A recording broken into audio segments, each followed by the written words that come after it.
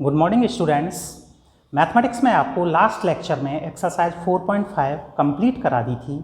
आज हम एक्सरसाइज 4.6 के बारे में डिस्कस करने वाले हैं। ओके, एक्सरसाइज 4.6 में आपको दो चीज़ें इसमें सॉल्व करनी है। पहला एक टाइप होगा आपका कि उसने हमें रैखिक समीकरण दे रखे होंगे और उसने पूछा होगा कि इन रैखिक समीकरणों का संगत हल है या असंगत हल है। ओके, दूसरा टाइप होगा कि रैखिक समीकरणों को आव्यूह विधि द्वारा सॉल्व कीजिए। ओके, तो सबसे पहले हम फर्स्ट टाइप पे चलते हैं। इसमें क्वेश्चन नंबर 1 से 6 प्रत्येक क्वेश्चन में उसने हमें दे रखा है, रैखिक समीकरण दे रखे हैं और उसने हमसे पूछा है कि निम्नलिखित प्रश्नों में 1 से 6 तक दी गई समीकरण निकायों का संगत अथवा असंगत हल है, ये हमें बताना है। कैसे मालूम चलेगा? सबसे पहले इसे ax इक्वल b के रूप में लिख लेते हैं। ax इक्वल b से, जहाँ पे a क्या है, x क्या है और हमारा b क्या है। ये जो मैट्रिक्स होती है हमारी, वो इसमें जो चर राशियाँ हैं उनके कांस्टेंटों का, उनके जो गुणांक हैं उनका मैट्रिक्स होता है। ये क्या होता है? जो भी हमारे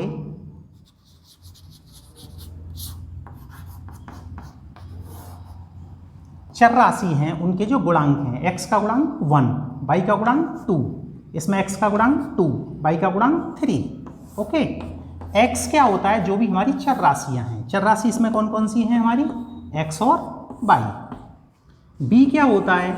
जो भी इनकी रैखिक समीकरणों के जो मान दिए होते हैं। कितना है? 2 और 3।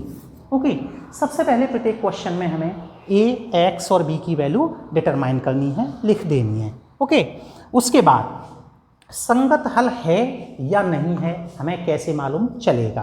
अगर a इनवर्स संभव है, किसी भी आव्यूह का व्युत्क्रमणीय आव्यूह पॉसिबल है, तो उसका संगत हल भी पॉसिबल होता है।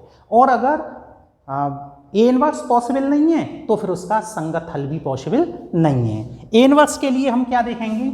उसका डिटरमिनेंट जो है वो 0 नहीं आना चाहिए। मैंने आपको बताया था ए इनवर्स के लिए A inverse equal adjoint A upon determinant A, where determinant A 0 नहीं होना चाहिए।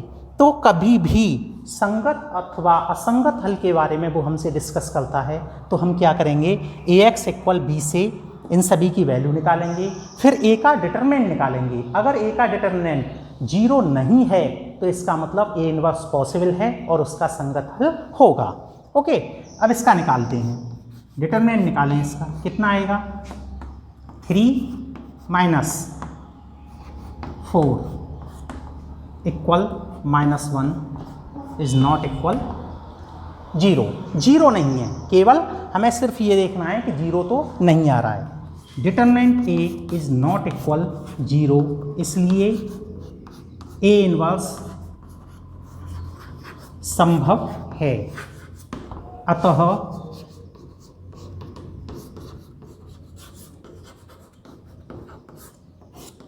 समीकरण निकाय का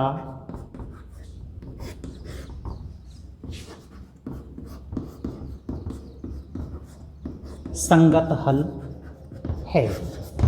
अगर यहाँ पे डिटरमिनेंट a की वैल्यू 0 आ जाती तो उसका संगत हल संभव नहीं था। ओके, तो क्वेश्चन 1 से लेके 6 तक हमें प्रत्येक क्वेश्चन में सिर्फ इतना ही दिखाना है कि डिटरमिनेंट a निकालना है। अगर वो 0 आ रहा है तो असंगत हल है और 0 नहीं आ रहा है तो हमारा संगत हल है। Okay, note down. इसके बाद इसी एक्सरसाइज में जो आपका अगला वाला टॉपिक है वो है समीकरण निकायों का आव्यूह विधि से हल करना। आज हम 2/2 का आपको बताते हैं, फिर 3/3 का भी आगे बताएंगे। क्वेश्चन नंबर 7 से लास्ट तक पूरी एक्सरसाइज में हमें आव्यूह विधि द्वारा ही समीकरणों को सॉल्व करना है। क्वेश्चन नंबर 7 में उसने हमें दे रखा है 5x + 2y = 4, 7x + 3y = 5। सबसे पहले वही आपको बताया था ax इक्वल b से क्या हो जाएगा? a की वैल्यू क्या होगी हमारी? x का कोफिशिएंट 5, y का कोफिशिएंट 2, x का कोफिशिएंट 7, y का कोफिशिएंट 3। x की वैल्यू जो भी हमारे वेरिएबल्स हैं, वेरिएबल्स हमारे कौन कौन से हैं? x और y। ओके, b की वैल्यू कितनी है हमारी? 4 और 5। ओके, अब सबसे पहले हम क्या करेंगे, ए इनवर्स निकालेंगे इसका। क्या करेंगे, ए इनवर्स निकालेंगे। ए इनवर्स के लिए सबसे पहले डिटरमिनेंट ए निकालेंगे। डिटरमिनेंट ए कितना हो जाएगा, 5 × 3 15 माइनस 14 दैट्स 1।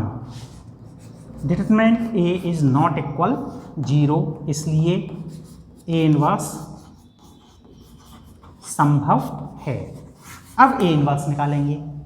ए इनवर्स कैसे निकालेंगे, वही ए के सहखंड, ए के सहखंड निकालें। a11 -1 की पावर 1 + 1, a11 के लिए ये ड्रॉप इंटू 3 दैट्स +3। a12 -1 की पावर 1 + 2 इंटू a12 के लिए ये ड्रॉप इंटू 7 दैट्स -7। a21 -1 की पावर 2 + 1 इंटू a21 के लिए ये ड्रॉप इंटू 2 दैट्स -2। a22 -1 की पावर 2 + 2 इंटू a22 के लिए ये ड्रॉप इंटू 5 दैट्स +5। ओके, फिर क्या बताया था आपका, एडजॉइंट ए निकालना है।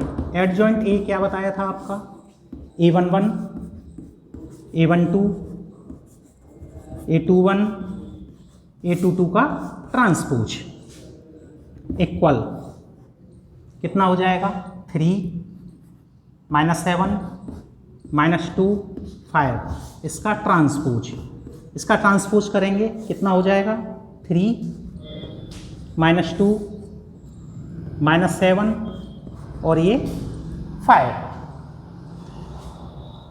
ओके, नोट करें आप इसे। तो जो हमारा एडजॉइंट ए है उसकी हमारी वैल्यू आ गई, एडजॉइंट ए इक्वल 3 -2 -7 और 5। ए इनवर्स के लिए मैंने आपको फॉर्मूला बताया था, ए inverse equal adjoint A upon determinant ए। और डिटरमिनेंट ए की अभी मैंने वैल्यू निकाली थी, डिटरमिनेंट ए की वैल्यू 1 आ रही थी। ओके, तो कितना हो जाएगा, 1/1 इंटू 3 -2 -7 और 5। ए इनवर्स की वैल्यू आ गई हमारी 3 -2 -7 और 5। नाउ क्या था हमारा फॉर्मूला, ए एक्स इक्वल बी। तो एक्स इक्वल कितना हो जाएगा, ए इनवर्स बी। इसमें वैल्यू पुट करें, एक्स की वैल्यू हमारी क्या थी, एक्स और Y.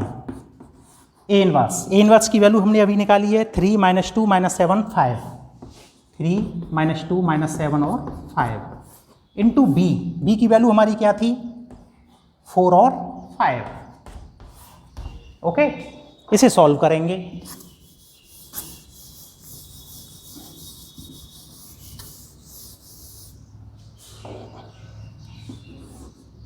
X Y equal multiple करें, वही पूरा कॉलम पिक करेंगे पूरी रो के साथ।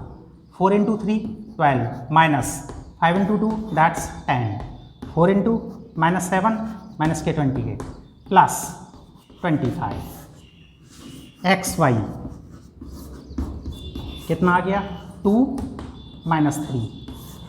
एक्स की वैल्यू 2, वाई की वैल्यू -3 और यही आपका आंसर है। इस तरीके से हमें आव्यूह विधि द्वारा सारे रैखिक समीकरण सॉल्व करने हैं। मालूम कैसे चलेगा, कभी कभी क्या होता है, एक ही क्वेश्चन के एक से ज़्यादा भी सॉल्यूशन हो सकते हैं। हमें कैसे मालूम चलेगा कि हमारा आंसर सही है या गलत। जो भी आपकी वैल्यू आ रही हैं उन्हें दिए गए समीकरण में पुट करके देखो, अगर आपका समीकरण सेटिस्फाइड है तो आपका आंसर सही है, वेदर ये मैच कर पा रहा है आपसे या नहीं। लेकिन अगर इन्हें पुट करने पे अगर आपका इक्वेशन सेटिस्फाइड नहीं हो रहा है तो आपका आंसर रॉन्ग है। जैसे इसी को हम देखते हैं, एक्स इक्वल इसमें 2 पुट करें, वाई इक्वल -3 पुट करें। एक्स इक्वल 2 पुट करेंगे प्लस का 10 हो जाएगा, वाई इक्वल -3 पुट करेंगे -6 हो जाएगा, 10 - 6 दैट्स 4। इसका मतलब हमारा आंसर राइट है। ओके, तो आप बिना आंसर शीट के कोई भी आंसर अपना खुद से चेक कर सकते हैं कि आपने जो क्वेश्चन किया है वो सही है या गलत है। आई होप कि वीडियो काफ़ी अच्छे से समझ में आई होगी। इस एक्सरसाइज को आप कंप्लीट करें, जो भी आपकी क्वेरी हैं उन्हें ग्रुप में सेंड कर दें, नेक्स्ट वीडियो में आपको प्रोवाइड करा देंगे। Okay, note down. Thank you.